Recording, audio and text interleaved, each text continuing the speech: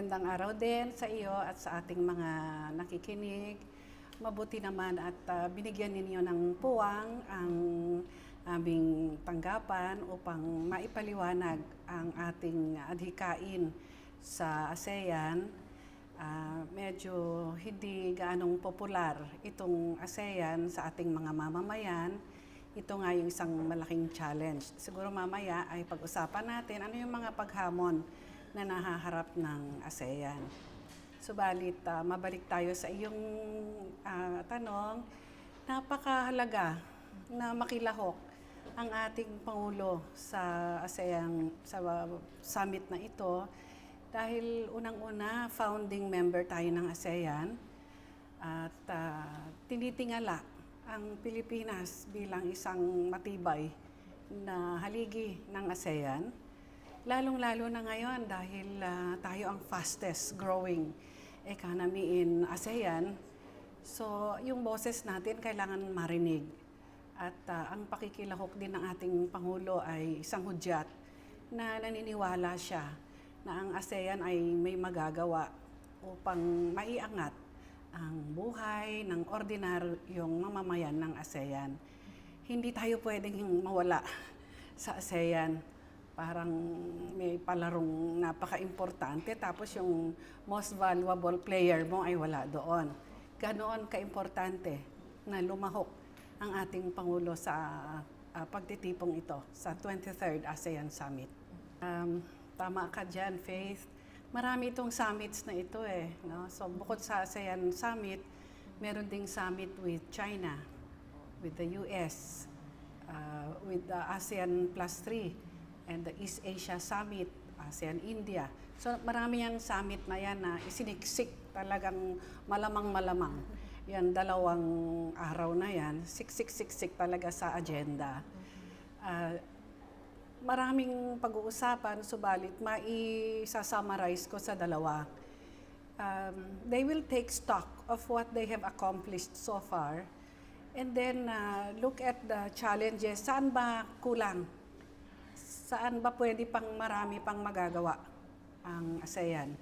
Malapit na tayo sa tinatawag na ASEAN Community by 2015. 2 taon na lang at mag-e-establish na yung community na iyon. Pero ang tingin ng mga leaders, hindi siya titigil. It's a process. We are going to assess how far we have gone into establishing a politically cohesive, politically stable and secure community, yung unang haligi. Pangalawang haligi, titingnan natin gaano na ba ka-integrated ang ating ekonomiya. Pangatlo, hanggang saan na ang naabot natin upang protektahan ang ating mga kababayan at saka yung socio-cultural pillar na tinatawag. No? So ito yung 3 haligi ng ASEAN community. So nagawa ba natin yon? Ano ba ang pwede nating i-improve pa? At ano yung magiging architecture ng 2015 and beyond? So palagay ko ang gagawin nila ngayon sa summit na ito ay ilalagay na nila yung mga cornerstones. Ito ang gusto naming maging itsura ng ASEAN sa darating pang mga taon. So in broad strokes, yun ang pwede nilang pag-usapan. Sa mga particular na agenda items naman, kanina sinabi natin hindi pwedeng mawala ang Pilipinas sa mga pagtitipong ganito kasi meron tayong mga adhikain na dapat isulong natin. Kasama tayo sa lahat ng agenda ng ASEAN. Pero meron tayong mga specific na adhikain na isinusulong. Siyempre, nangunguna na dyan ang rule of law, peaceful settlement of disputes. No? Maraming nagkri-criticize sa ASEAN. Ano bang nagagawa niyan? No? Para sa akin, ang laki ng nagawa niya kasi noong una ayaw tayo kausapin. One-on-one. Ang gusto nila, bakit ngayon pwede na? Pwede nang pag-usapan ng isang grupo sa kabilang partido. No? Isang malaking achievement ng ASEAN yan, na isang boses ang nagsasabi, maaari ba nating pag-usapan itong mga usaping ito ng peacefully. So, it may be very slow, but there is merit in discussing these things in a diplomatic way. Okay, so malakas din ang ating pagsulong sa kapakanan ng mga manggagawang Pilipino. Palagay ko, ayoko i-preempt ko ano yung sabihin ng Presidente kasi napakaigsi lang nung panahong ibinibigay para sa bawat leader. So mamimili siya kung ano talaga. Ang dami nating advocacies, no? Merong migrant workers, merong social protection. Protection ng mga mahihina, vulnerable groups, women, children, the environment, disaster management, education. Malaki ang ano natin ngayon na maitaas ang antas ng kakayahan, educational qualifications of citizens of ASEAN. So ang daming advocacies ng Philippines, of course, maritime cooperation, malakas tayo dyan. So ang daming pagpipilian, limitado ang panahon, pero as I said, the leaders will set the broad strokes and ang ano naman, ang gawain naman namin, we pick up the nitty-gritty and start to work on them. Ang hindi natin ganong napag-uusapan sa mga interviewing ganito, ano ba yung mga aktual na ginagawa sa ASEAN cooperation, no? This is what I'd like to discuss now, if you don't mind, kasi para mabigyan natin ng flesh and blood ang ASEAN cooperation. For example, dyan sa counter-terrorism cooperation, nag-aaral ang ating mga eksperto. Ano ba ang impluensya ng radicalism on the youth, for example, no? And lalo na ngayon na ating Pangulo, tutuon talaga siya ng pansin sa youth, no? Alam niya na yan ang susunod na henerasyon na mag-i-impluwensya sa ekonomiya, sa lahat ng aspeto ng ating buhay, no? So there are things like, what is the role of youth in small and medium industries? No? So youth talaga yung uso ngayon. Lahat sila ganun, pero ang Pangulo natin ay malakas ang pananampalataya niya na yung dapat pagtuunan ng pansin ang edukasyon ng youth, ang kanilang orientation sa socio-political orientation, yung mga ganon, no? So we do these things at the experts level. Kamakailan lamang, meron tayong meeting sa Pilipinas tungkol sa mga heritage parks, no? They declared Mount Makiling as a heritage park. So ano ibig sabihin nun? Pagtutuunan talaga ng pagpoprotekta ng proteksyon yung mga biodiversity ng mga lugar na yon. Champion din tayo sa biodiversity conservation dahil nasa atin yung ASEAN Center for Biodiversity. So ang dami-daming mga proyekto. One of my jobs is to follow up Philippine-initiated projects in science and technology, in health, even in HIV prevention or awareness. Kung ano-anong from A to Z, meron ang ASEAN. Pati sa traffic management nga, pati sa disaster management, lahat meron kooperasyon ang ASEAN. So ito yung mga liit-liit pero mahahalagang bagay na nagko-cooperate ang mga miyembro ng ASEAN. Siguro tayo, may expertise tayo sa incident management, for example. O di ituturo natin yon sa ibang mga miyembro ng ASEAN. Sila naman magaling sila sa pagpapalago ng mga maliliit na negosyo. So we share expertise with one another. This is at the grassroots level, hindi lang sa mga leaders ang ASEAN. Talagang tumatakbo. I don't know if you have experience also from your side, no? Nagpapalitan ng kaalaman, nagtuturuan ng kaalaman sa media, experiences, for example. So, name it, we have it in ASEAN. Ang maganda nito, Faith, hindi lang ASEAN eh. Napapansin na sa buong mundo ang ASEAN. No? Nabanggit ko dati na ang mga ibang bansa, nakapila sila upang makipag-associate sa ASEAN. Gusto nila ang ASEAN ngayon. We have reached a level of maturity where ASEAN is regarded as a prime mover in global and regional economic, political, and socio-cultural cooperation. So, pataas ng pataas ang antas ng ating kooperasyon sa isa't isa. Sa economic field, mas lalong matingkad ang kooperasyon na yun kasi it's measurable eh. You can quantify. Nagawa nyo na ba yung tariff book nyo? Tayo may bagong tariff finder. Maglo-launch ang Philippines ng tariff finder.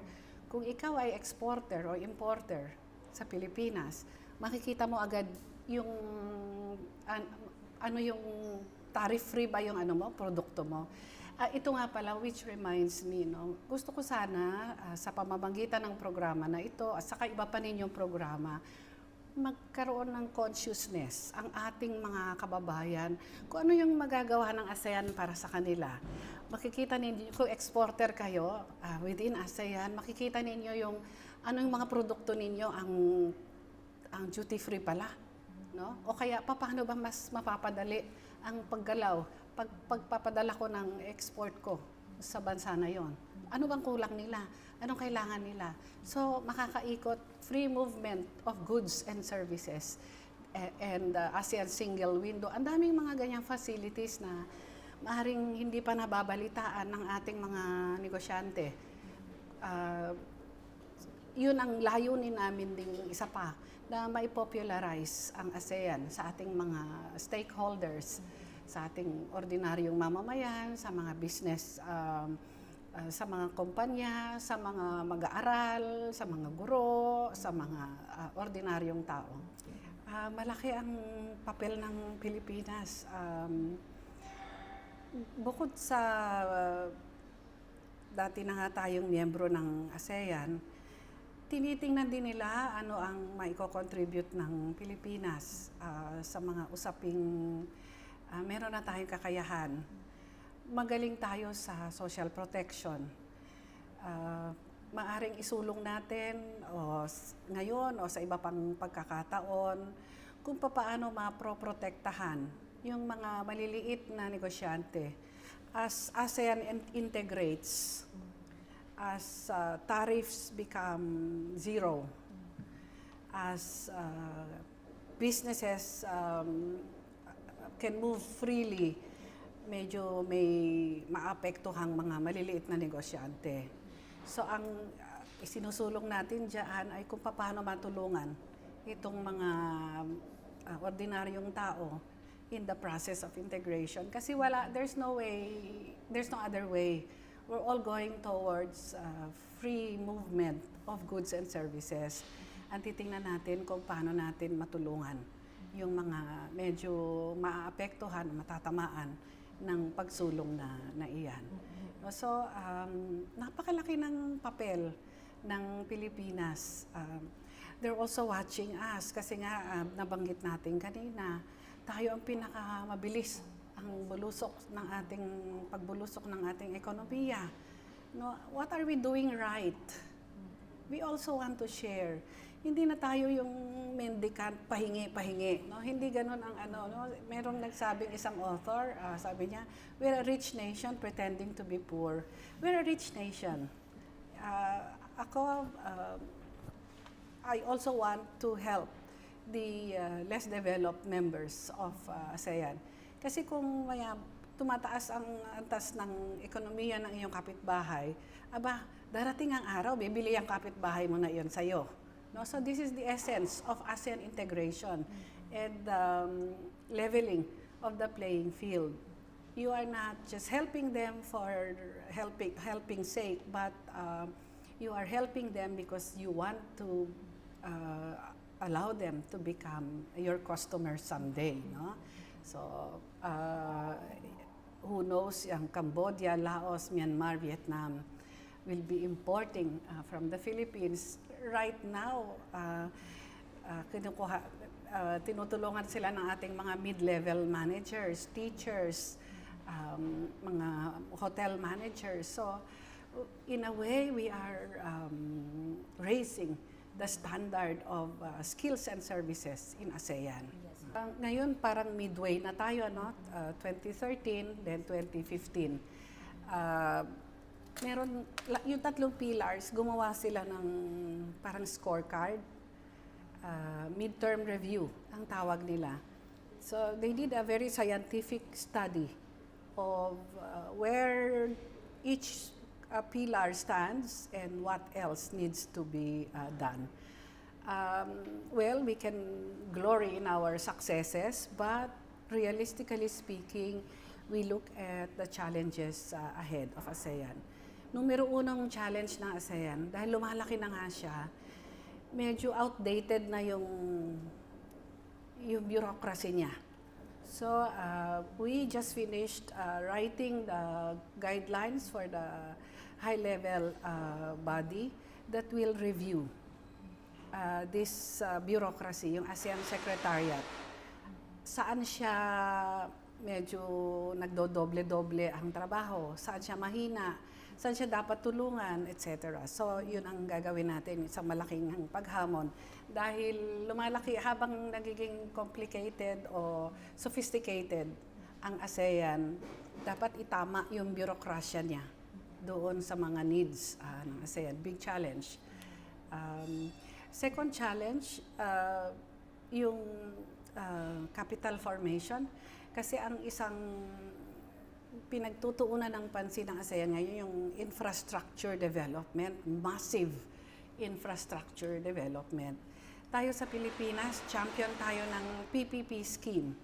No, paano makapag-mobilize ng pera, ng kapital para mapondohan yung mga malalaking infrastructure developments na yan, no? Ports, seaports, airports, all these things, no? Yun, malaking challenge yun. Pero leader nga tayo, merong study recently, 3, JICA, ERIA, even ADB, World Bank, they came up with a study that the Philippines has the best legal and financial infrastructure for PPP as a strategy to mobilize financial resources. No? So, malaking hamon. Pero pag nakita ng pribadong sektor na okay naman pala itong scheme na ito, hindi tayo malulugi. So, matutugunan yung hamon na yon. Yung nitty-gritty, yung mga specific, kasi yung mga 3 pillars, socio-political, political security, economic security, and socio-cultural, meron silang nilista, kunyari, 232 action lines. Ilan na yung nagawa dyan? Bakit hindi nagagawa yung iba? Karamihan ang nagiging problema, mahina lang sa project management, pag-formulate ng project. Kaya tayo sa Pilipinas, for example, meron tayong itong October na to, sa katapusan ng October, ang ating ASEAN Philippines, magsasagawa siya ng workshop. Paano ba magsulat ng project na popondohan ng ASEAN at ng kanyang mga dialogue partners? No, all aspects, from science to health to art, to art preservation, everything, no? So, kasi minsan, gagawa tayo ng project, hindi naman siya ASEAN, pang-national lang siya. Hindi pwede yun. It doesn't qualify. So, our ASEAN Philippines will be conducting this workshop. We found out that kagaya din ng malalaking bureaucracia, may pera, may pondo, pero hindi tugma yung pagkagawa ng proyekto. So, this is one of the nitty-gritty things that we are looking at to really speed up the implementation of the action lines that we have identified in the 3 pillars of ASEAN community. Ma'am, in recent years po, ano po yung masasabi yung notable contributions talaga ng Pilipinas sa ASEAN? Siyempre, sa usapin ng peaceful settlement of disputes, we were persistent and consistent. And even after 2015, isusulong natin na rules-based dapat lahat ng usapin para mas malinaw. Napatunayan na natin that it works. Rules-based systems work. So gusto natin lahat ng ASEAN, ganun din ang pag-iisip at sistemang susundin. Okay. Yung mga nabanggit na nating yung pagsulong ng agreement, ASEAN agreement on the promotion of the welfare and protection of migrant workers. Tayo ang talagang walang sawang nagsulong niyan, no? Itong social protection, tayo din ang champion diyan.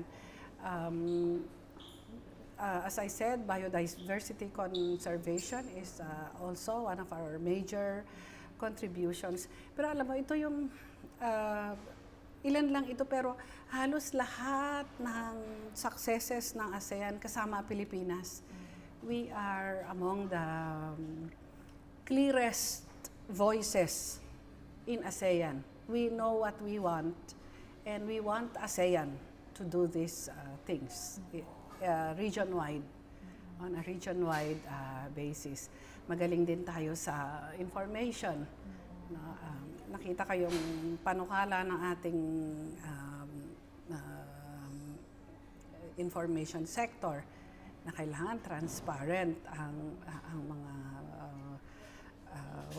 pagsasagawa ng mga broadcast, yung mga ganyan. No? So, ang dami nating contribution, hindi ko mabilang eh. Ito, meron akong labor, meron akong kodigo dito, pero hindi ko na binabasa, pero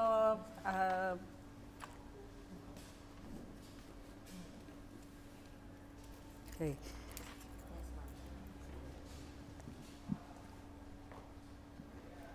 So we have youth education, labor, sports, disaster management, and humanitarian assistance. By the way, itong ASEAN Humanitarian Assistance Center, ito yung facility na nakabase sa Indonesia. Pag merong nangangailangan ng tulong sa kahit saang miyembro ng ASEAN, rapid mobilization to. So, nung Ondoy, mabilis ang pagre-responde. So, namigay agad ng tulong itong disaster management, yung ASEAN Humanitarian Assistance Center. Relief goods are quickly mobilized from this center. So, ASEAN yun. May pondo yan. No? Bawat ASEAN member may contribution dyan. So, parang kooperatiba na mabilis, na malakihan. Sa ating mga nakikinig ngayon, napakahalaga po ng papel na gagampanan ng ating Pangulo sa kanyang pakikilahok dito sa ika-23 summit ng ASEAN. Ang ASEAN ay nagmimithi na maiangat ang buhay ng bawat mamamayan ng ASEAN. Kung Pilipinas lang ay mahina ang boses, pero kung yung 10 ang magtataguyod ng mga adhikait, lalong-lalo na yung mga isusulong ng ating Pangulo sa ASEAN, ay mas malaki ang boses, mas maraming gagawa, mas malakas ang epekto ng kanilang gagawin. Ang mensahe ko po sa inyo, suportahan natin ang ating Pangulo sa kanyang pakikilahok sa ASEAN. Maaring hindi nakikita, intangible, yung effects ng ASEAN sa araw-araw na pamumuhay. Subalit, inaanyayahan ko kayo, bisitahin ninyo yung website ng ASEAN Secretariat. Nandoon kung paano kayo ay makikinabang. Marami dyan mga scholarships. marami dyan mga workshop, marami mga komperensya na ang mga ordinaryong tao, hindi lang yung mga gobyerno ang maaring makinabang sa mga negosyante. Tingnan ninyo kung paano kayo makikinabang sa mga facilities na ginagawa ng ASEAN ngayon, no? Free movement of goods and services. Even yung paggalaw ng kapital, paano hindi na mauulit-ulit yung crisis, financial crisis. Paano sinisiguro ng ASEAN na hindi na yun uulit-ulit, no? So there are so many things that ASEAN is striving to accomplish. Ang tema ng 23rd summit na to ay caring and sharing community. Paano ba maita-translate itong mga policy na ito, itong mga adhikain na ito na maapektuhan yung grassroots, yung mga ordinaryong mamamayan. After all, ASEAN is for people like you and me. Maraming salamat po.